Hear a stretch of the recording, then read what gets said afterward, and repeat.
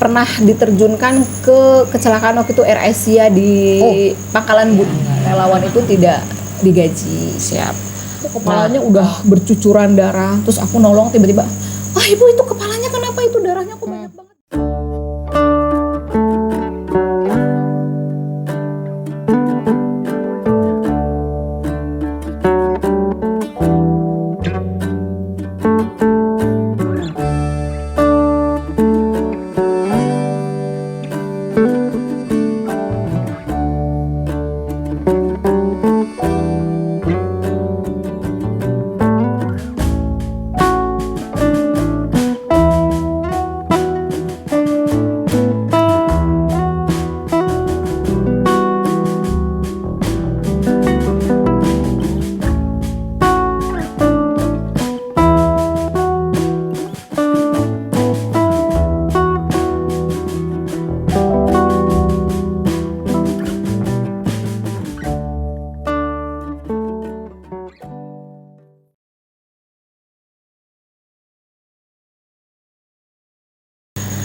Bismillahirrahmanirrahim. Assalamualaikum warahmatullahi wabarakatuh. Waalaikumsalam warahmatullahi wabarakatuh. Selamat datang di Indonesian Hiker Journey. Masih bersama Nadia dan Bang Epe.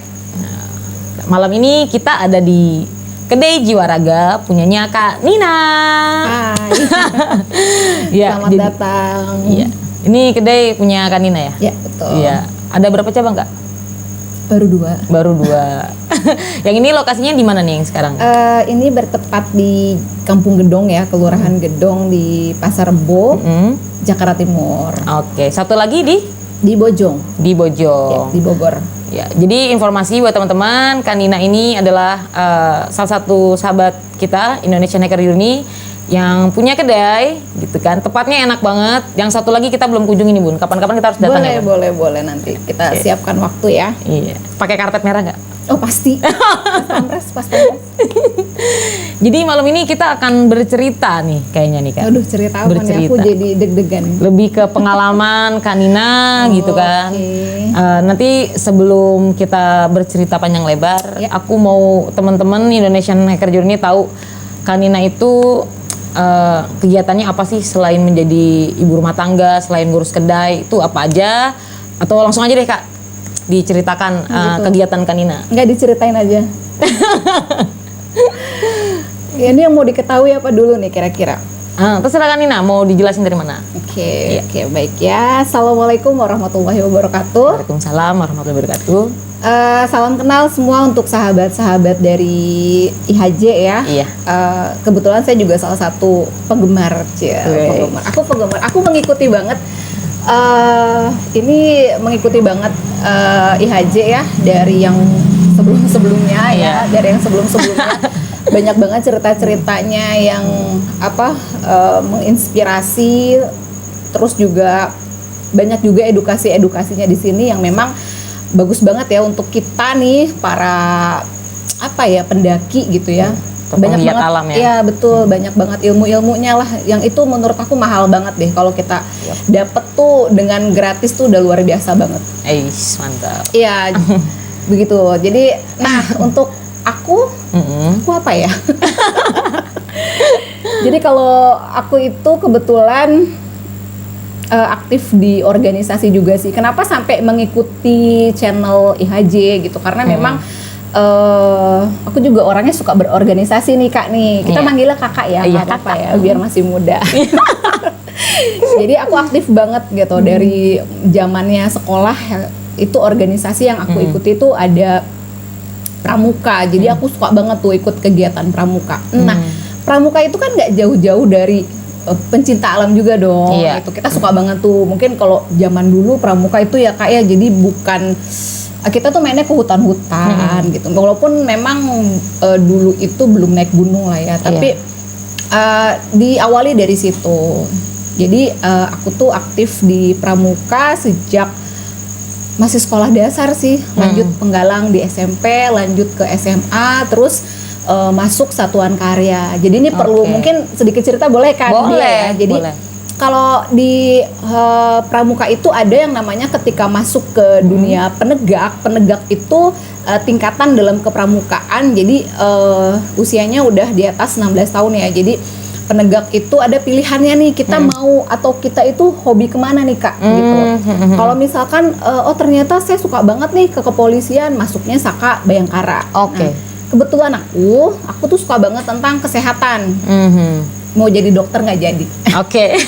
Jadi ya udahlah ya, jalan pintas gimana caranya kita bisa mengetahui tentang kesehatan tapi tidak melalui sekolah kedokteran gitu. Akhirnya saya masuk ke Saka Bakti Husada. Saka Bakti Husada. Iya. Jadi Saka Bakti Husada itu Saka yang bergerak di bidang kesehatan karena dia mungkin untuk teman-teman yang belum tahu gitu ya. Nah, dari Saka Bakti Husada lah itu nggak berhenti di situ nih Kak. Jadi aku tuh memang orangnya nggak bisa diem. Jadi setelah walaupun udah ikut pramuka nih, dari Saka Bakti Husada itu aku mengenal yang namanya Palang Merah Indonesia. Oke, PMI ya. Betul. Jadi pengen nge-upgrade ilmu gitu ya Kak ya? Nah gitu, karena masih related ya. Di Masih PMI relate. juga kan banyak banget tuh belajar tentang ya ilmu-ilmu kesehatan lah gitu. Jadi dari Bakti Husada itu suatu ketika ikut pelatihan first aid. Terus aku ketemu pelatihnya, aku tanya, aku pingin seperti kalian gitu. Aku pingin seperti kalian. Akhirnya diajaklah untuk bergabung mengikuti pelatihan namanya Korps Sukarela. Korps Sukarela. Iya betul Kak. Jadi aku bergabung di KSR. KSR. Iya, ikut pelatihannya sudah lama ya, dari tahun 2002 ya. Iya. 2002. Jadi sampai saat ini Kak Nina masih aktif di Pramuka dan di PMI ya? Iya. PMI-nya betul di sekali. mana Kak? Maksudnya di cabang mana? Oh ya, saya bergabung di Palang Merah Indonesia, Kota Madia, Jakarta Timur. Jakarta Timur ya, Jaktim. Iya. Siap. Sebagai relawan. Sebagai relawan. Bidangnya apa Kak? Bidangnya banyak ya. Cuman saya lebih biasanya tuh ke pertolongan pertama. Iya, cuma sekarang lagi mencoba ke manajemen tanggap darurat bencana. Wih. Nah ini nih, ini yang sebenarnya dari tadi tuh penasaran gitu, pengen iya, maksudnya banyak banget gitu kan. Sebenarnya punya teman di PMI banyak, cuman mereka tuh kayak mungkin agak tertutup ya, karena mungkin bagi mereka ngapain gitu gue cerita-cerita gitu kan. Iya, Nah, betul. kadang pengalaman-pengalaman itu tuh yang seru gitu untuk diceritakan, dan dari sisi langsung dari orang yang nanganin bencana. Pasti maksudnya Kak Nina pernah kan? Iya pernah, Kayak tapi gitu. nggak banyak juga sih pengalamannya gitu, hanya pernah aja gitu. Jadi kalau di relawan itu memang tugas kita namanya relawan ya, kita bekerja secara sukarela gitu. Jadi kalau misalkan ada bencana, kita suka ketika kita memang bisa bantu, kita bantu gitu. Iya. Pernah sih ikut beberapa bukan evakuasi, maksudnya Turun langsung. memberi bantuan juga gitu. Jadi waktu pernah diterjunkan ke kecelakaan waktu itu Air Asia di Pangkalan Bun. Kalimantan. Ya betul, itu pertama kali terjun ke bencana ya, maksudnya itu bencana ya jatuhnya. Bencana. Itu bencana gitu, dan itu luar biasa Kak. Itu benar-benar pengalaman aku yang pertama. Jadi mungkin kalau misalkan nih kita ya, mungkin karena dia naik pesawat itu biasa ya, tapi ini kita bantu evakuasi itu naik Hercules dong. Jadi Naik Hercules. itu luar biasa banget. Rasanya gimana Kak? Kayak naik angkot. Tapi mungkin berapa kali lipatnya dari angkot gitu, apa gimana? Iya, jadi ya mungkin teman-teman kalau misalkan yang udah pernah merasakan naik Hercules tahu lah ya bagaimana rasanya gitu. Tapi memang itu luar biasa lah, maksudnya dengan apa ya Kak? Jadi Itu start dari mana Kak? Waktu dari itu? Halim. Dari Halim Kebetulan Perdana Kusuma. ya, kebetulan Palang Merah itu waktu itu kita gabung sama Kopassus. Oke. Ya, untuk pergi ke Pangkalan Bun. Seperti itu. Jadi dari Jakarta naik Hercules, Halim Perdana Kusuma langsung ke Pangkalan Bun. Pangkalan Bun. Jadi pertama kali juga itu Kak Nina naik itu. Pertama kali. Jadi pertama kali. Jadi mau bantu evakuasi gitu ya. Terus kita naik pesawat dan lumayan deg-degan sih sampai sana ya. Alhamdulillah ya. Maksudnya aman lah gitu ya. Aman. Jadi waktu pertama kali sampai di itu terjun untuk pertama kali untuk di skala bencana ya berarti Iya, ya. bencana terus besar Besar. gitu. Iya. Nah, jadi saat sampai sana apa yang pertama kali Kanina lihat atau lakukan atau perasaan Kanina gimana? Deg-degan. Deg-degan. Jadi sebenarnya kita itu bukan evakuasi, karena kalau evakuasi kan ada timnya sendiri ya gitu. Di sana Palang Merah Indonesia itu jadi kayak kita tuh kayak yang bantu mengantarkan jenazah gitu. Jadi kalau evak tuh ada kayak tim katak ya, maksudnya kayak itu punya tim sendiri yang evak mayat gitu ya. Kita tuh dulu nyebutnya arca ya. Jadi dari kita nyari jenazah itu sampai sudah ketemu, dirapikan, karena memang prosesnya itu tetap jenazah itu harus diberlakukan kayak dimandikan dulu gitu kan, dibawa ke rumah sakit, baru dibawa ke Surabaya. Nah, tim PMI ini yang mengawal dari Pangkalan Bun ke Surabaya. Tapi ngeliat sendiri nggak Bun kayak jenazahnya atau bentuknya jenazah kah atau potongan-potongan atau gimana gitu waktu ngelihat langsung, karena kan ketika udah diangkat itu udah di kantong mayat ya. Jadi itu tuh dan sepertinya potongan karena memang kantong mayatnya juga nggak full gitu sih, nggak full panjang gitu Kak. Terus aromanya gimana Kak? Penting nggak sih nanya aroma? Udah tahu sih pasti. Nggak bisa diceritakan. Iya. Itu berapa hari waktu itu Kak di sana? Berapa hari ya waktu itu? Aku nggak lama sih di sana. Aku lupa ya berapa hari.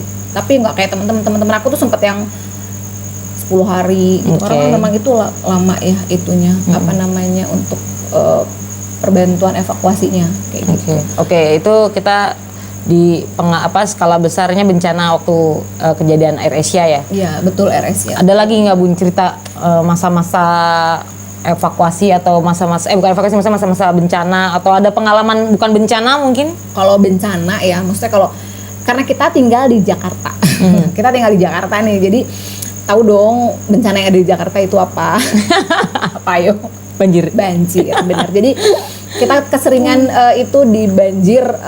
Jadi macam-macam nih kan, orang bencana bukan hanya maksudnya kayak bencana alam juga banyak ya. Nah, salah satunya itu banjir. Jadi Palang Merah Indonesia itu bukan hanya fokus untuk evakuasi gitu. Jadi mungkin teman-teman perlu ketahui juga. Jadi bukan hanya ngurusin bencana alam yang evakuasi jenazah atau apa dan lain sebagainya, enggak gitu. Jadi kita punya bagian-bagian, contoh kayak banjir itu pun ada nih bagian-bagiannya. Ada yang ngurus evakuasi korban yang terjebak di rumah dan lain sebagainya. Ada tim dapur umum. Ya, dapur umum itu biasanya kita memasak memang untuk si pengungsi. Ya tahu sendiri dong kalau Jakarta sedang banjir itu pengungsinya ribuan ya, banyak banget. Terus juga selain dapur umum, kita nanti ada lagi tim assessment. Pokoknya banyak, jadi banyak banget gitu bagian-bagiannya. Jadi bukan hanya melulu PM itu bantu evakuasi korban, naik perahu karet dan lain sebagainya, enggak. Jadi tugas kita tuh banyak. Salah satunya itu dapur umum. Ya, salah satunya itu dapur umum yang memang terkadang orang berpikir apa sih cuma masak, tapi ternyata itu butuh ilmu. Karena membuat dapur umum itu juga ada manajemennya. Bukan cuman ya udah kita memasak. Kalau memasak cuma buat satu keluarga sih nggak masalah. Ini buat ribuan orang atau berapa, itu kan kebayang dong kayak apa gitu kalau kita nggak punya manajemen yang baik untuk dapur umumnya. Jadi kalau misalkan kayak ada kejadian di Jakarta banjir, nah apakah PMI itu turunnya itu, maksudnya turun perintah itu berarti dari pusat, PMI pusat langsung ke PMI Jaktim, seperti itu? DKI sih. PMI DKI. Iya, PMI DKI gitu. Nanti lihat wilayahnya yang banjir mana, itu kita yang bergerak gitu. Kita bekerja sama wali kota. Wali kota. Ya, betul. Siap. Nah, pasti teman-teman tuh pasti penasaran tuh masalah ini. Jadi PMI itu digaji Kak, sok coba jawab. Kita tuh relawan ya, jadi relawan itu bekerja secara sukarela ya, bukan suka paksa. Jadi benar-benar kita bergerak atas nama kemanusiaan gitu. Tidak ada yang namanya relawan itu mengharapkan pamrih atau gaji gitu ya. Itu enggak sih sebenarnya. Cuman mungkin tidak ada menutup kemungkinan bahwa bukan gaji sebetulnya, mungkin kayak uang transport yang namanya kita pergi ke suatu tempat atau apa kayak gitu. Kalau untuk uang transport, kalau untuk gaji sih enggak ya. Relawan itu tidak digaji. Siap. Nah, berarti gitu ya tadi ya jawabannya teman-teman ya. Terus kalau menjadi PMI itu tahapannya gimana Bun? Bisa nggak dijelasin? Maksudnya kayak bagaimana menjadi seorang kita jadi relawan PMI itu? Oke. Gitu. Jadi untuk teman-teman mungkin ya yang teman-teman ini kan penonton IHJ itu kan dari segala macam kalangan. Betul. Ya nggak sih? Bukan hanya orang dewasa tapi juga ada remaja gitu, karena aku tahu banget suka kepo-kepo ini yang komen-komen yang nggak di YouTube-nya IHJ gitu, ternyata memang dari berbagai macam kalangan nih. Nah, kalau misalkan nih teman-teman mau punya jiwa sosial yang tinggi ya, punya jiwa sosial yang tinggi, terus kayak pingin mempunyai suatu pengalaman yang luar biasa gitu ya, ingin bergabung di Palang Merah Indonesia menjadi relawan, itu bisa langsung menghubungi PMI terdekat. Contoh kayak kita nih sekarang berada di wilayah Jakarta Timur. Nah, berarti kita menghubungi Palang Merah Jakarta Timur. Baik. Kita cari informasi gini ya. Lagi buka pendaftaran nggak untuk Korps Sukarela? Karena dia ya perlu diketahui untuk menjadi KSR itu juga tidak mudah. Tidak mudah ya. Banyak tahapan-tahapannya ya. Betul, karena kan memang kita dibina dan dibentuk bagaimana supaya kita bisa terjun ke lapangan. Ya, itu kan harus berarti kan memang kita harus profesional, harus ahli seperti itu. Kalau dari saya sih kadang berpikiran jadi PMI itu justru tekanan ya, maksudnya bukan tekanan, jadi kayak kita kadang mengontrol diri kita saat panik aja suka bingung. Betul. Apalagi ini menolong orang. Betul. Itu kan tantangan. Menurut saya itu tantangan gitu. Kita kadang lagi gimana ya? Kita kalau misalkan lagi naik gunung nih, terus tiba-tiba kita kaki keseleo. Itu aja kadang kita panik. Betul. Panik. Aduh, pakai keseleo segala ini. Aduh, jadi gini. Itu gimana kita nolongin orang? Bahkan kakinya patah. Ya enggak? Kadang usus terburai, ya nggak, pala kopak, pala buka, itu gimana tuh? Ya, suka dukanya tuh kalau lagi nanganin kayak gitu-gitu tuh Bun di PMI. Banyak banget ya sebenarnya, kayak itu sih memang sebelum, jadi gini, pastikan, jadi menolong itu juga kan ada prosedur nih, ada aturan gitu. Gimana kita harus menolong kalau kita sendiri nggak siap, ya nggak? Jangan sampai kita niatnya mau nolong, kita yang jadi ditolong. Jangan sampai nih kita niatnya mau nolong nih, toto kita yang ditolong kan berabe gitu. Jadi memang kita harus tahu kapasitas kita. Iya, betul. Kalau misalkan memang kita nggak siap, lebih baik nggak usah. Tapi kalau misalkan memang pasti sih orang kebanyakan perempuan ya Kak ya, pasti melihat darah. Iya. Itu pasti yang lemes gitu ya. Mau dari skala kecil maupun besar gitu ya, itu pasti yang kadang nggak terbiasa lah gitu ya. Cuma ya itu mungkin kita siap karena kita biasa gitu. Kita bisa karena kita biasa gitu. Awal-awal aku stres juga sih. Pernah nggak ada pengalaman dari saat nolong orang justru orangnya marah-marah ditolong gitu? Banyak. Atau banyak? Ada nggak yang paling seru? Yang paling seru? Yang jadi gini, kadang serunya itu kalau misalkan di lapangan gitu ya kan, kita nggak tahu siapa yang kita tolong. Terus mereka itu punya karakter seperti apa kan, kita nggak asesmen dulu nih ketika nolong, Bu, Ibu bagaimana orangnya, kan nggak mungkin. Jadi kita semenolongnya gitu. Tiba-tiba mungkin ada ya orang yang marah-marah kita tolong gitu. Marah-marahnya adalah bukan karena dia nggak diterima ditolong, tapi terkadang dia panik gitu ya. Dia lebih ke panik, terus kayak dia khawatir kita tidak bisa melakukan yang terbaik buat dia gitu. Itu satu. Terus yang kedua juga kayak aku tuh pernah nolong juga orang gitu ya, ibu-ibu lah, terus dia tuh yang biasa kita juga ibu-ibu ya, jadi kayak tahu lah ya ibu-ibu itu seperti apa, tapi lebih ke ini ya, lebih ke mungkin dia panik dan khawatir gitu akan dirinya dan akan sesuatu yang dia mau. Dia pulang belanja, terus dia ini apa namanya kecelakaan gitu, jadi dia ternyata bukan hanya ingat dirinya tetapi dia pun ingat bawaannya. Ingat belanjaannya. Iya, jadi dia yang menuntut kita udah menolong dia menuntut kita untuk menolong apa yang dia bawa, kan jadi repot ya. Belum lagi gini sih, satu hal yang perlu diperhatikan ya Kak, untuk jadi kalau kita menolong pasien atau korban kecelakaan itu jangan membuat dia panik gitu. Kayak ini ngasih contoh kecil aja gitu, Mama, aku nolong orang nih ya, orang kecelakaan gitu, terus tiba-tiba kepalanya udah bercucuran darah, terus aku nolong, tiba-tiba, Ibu itu kepalanya kenapa, itu darahnya kok banyak banget, bla bla bla bla. ketika kita berbicara begitu, maka dia akan semakin panik, maka darah itu akan keluar semakin banyak gitu. Jadi sebisa mungkin kita itu membuat si korban itu harus tenang. Walaupun itu darah udah bercucuran, kita harus bilang oh nggak apa-apa kok, cuma lukanya kecil gitu. Walaupun itu mesti dijahit dan lain sebagainya. Jangan utarakan kasus yang sesungguhnya ke korban. Karena nggak bisa gini, parah sih, ini asli parah nih, sambil kita tabok kita. Nggak gitu ya? Ya, jadi itu membuat ya paling tidak meminimais dia untuk tidak panik ya. Karena kalau dia panik, kita makin panik, nggak kelar-kelar benar. Jadi kalau jadi maksudnya ingin mendaftar sebagai relawan di PMI itu ada batas minimal dan maksimal nggak usia? Kalau usia iya. Jadi untuk Korps Sukarela itu batasnya 35 tahun. Batasnya 35 ya, tahun. Tapi kalau ternyata udah 35 tahun setengah gitu, mau ke 36 gitu, dia tapi kepingin nih menjadi relawan dan ingin mengabdi lah buat masyarakat gitu ya. Seperti karena dia kan luar biasa, jiwa sosialnya tinggi gitu. Itu boleh, ada namanya menjadi tenaga sukarela atau TSR.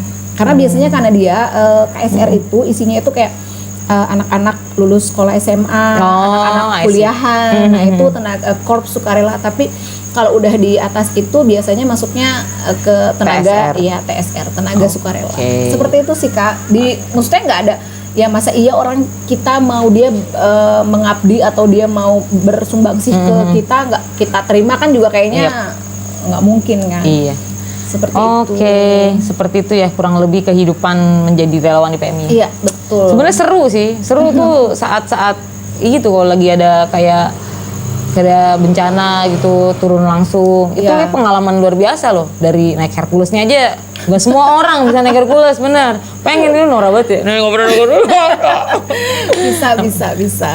Ya, jadi tadi udah cerita pengalamannya Kak Nina di skala bencana, atau tadi yang nolong ibu-ibu yang dia marah-marah sama belanjanya gitu kan. Ada nggak Kak cerita lain gitu? Mungkin waktu pramuka, cerita pramukanya belum kita ulik nih. Oke, kalau di pramuka itu karena dia ya. Jadi pramuka itu kan lebih ke kegiatan ya, kita nggak, kalau di pramuka sendiri jaranglah keterjun ke bencana, tetapi karena pramuka saya itu bergerak di bidang kesehatan, jadi setiap ada kegiatan nasional kita ditunjuk menjadi tim kesehatan. Ya, mantap. Tim kesehatan dari yang namanya, kalau pramuka itu banyak ya tingkatannya, jadi kayak ada lomba tingkat kota madya gitu ya, tingkat provinsi sampai tingkat nasional. Itu hampir di setiap kegiatan kita Sakabakti Husada itu ditunjuk menjadi timkes. Jadi pernah waktu itu ada lomba tingkat LT5 ya. LT5 itu nasional. Nasional. Pesertanya se-Indonesia berbarengan dengan PPLB. Jadi apa tuh PPLB? PPLB itu Perkemahan Pramuka Luar Biasa. Beda sama Jambore. Saya tahunya Jambore doang. Itu Jambore sih, tapi maksudnya kayak tapi ke lomba, bukan Jambore, lomba. Oke, jadi ini kadang kita ya sebagai tim kesehatan memang dituntut juga untuk bisa mengerti gitu ya keadaan peserta gitu ya, terus juga kondisi mereka seperti apa. Jadi aku tuh pernah ya jadi timkes juga tuh di LT5 dan PPLB. Waktu itu kegiatannya sebagian di Jambore, sebagian lagi di Gunung Gede.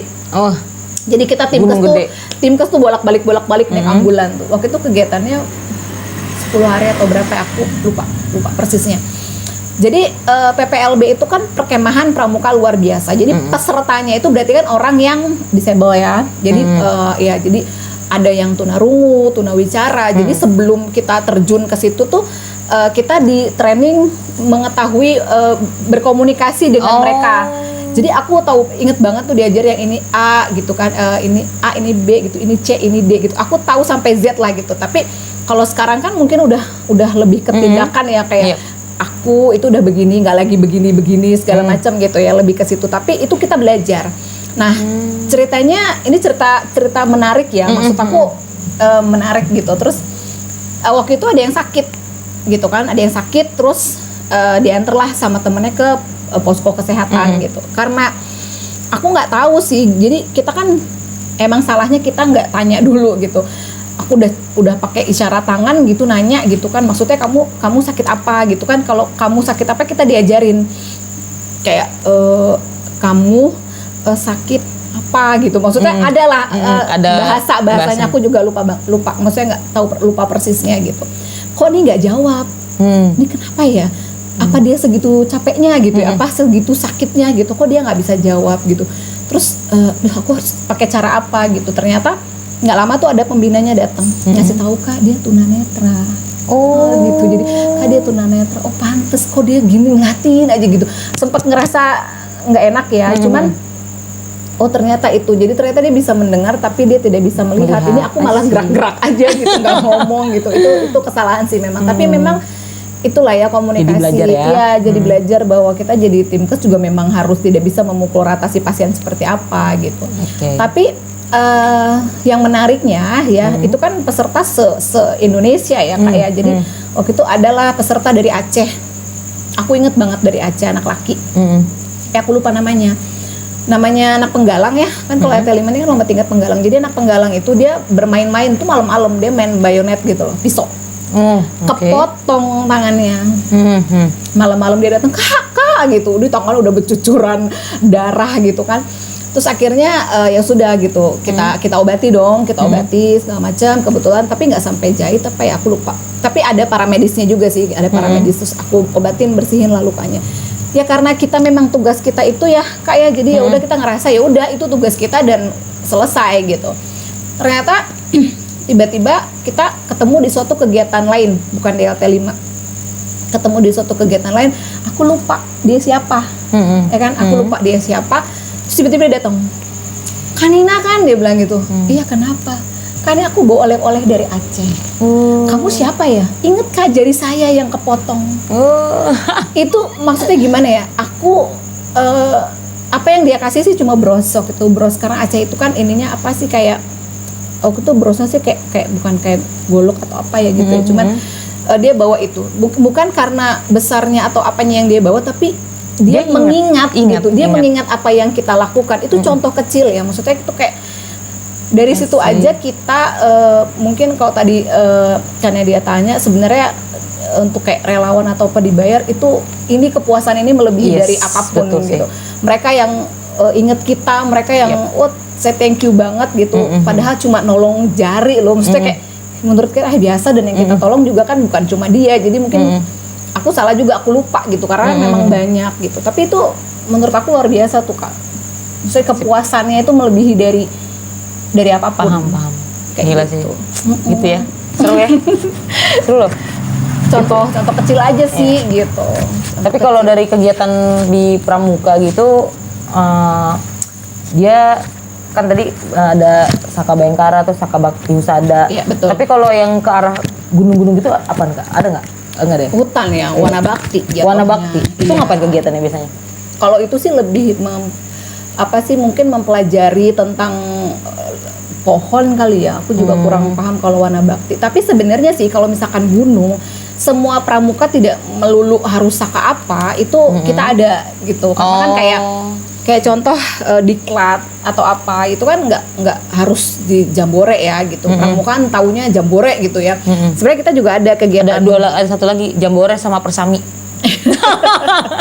Iya, maksudnya pramuka tuh taunya Buperta aja. Iya, kan. bener-bener. Saya ampun Buperta lagi gitu. Sebenarnya sih nggak juga gitu. Ada kegiatan yang memang kita lakukan di luar sana gitu. Yang pastinya yaitu karena kita harus mengenal alam ya. Kayaknya kan sempat juga ngajak anak-anak adik-adik ngajak adik-adik gitu hiking kayak gitu Kak gitu. Itu penting banget sih, banget untuk mereka mengetahui itu. Tapi kalau Kanina sendiri punya pengalaman naik gunung nggak?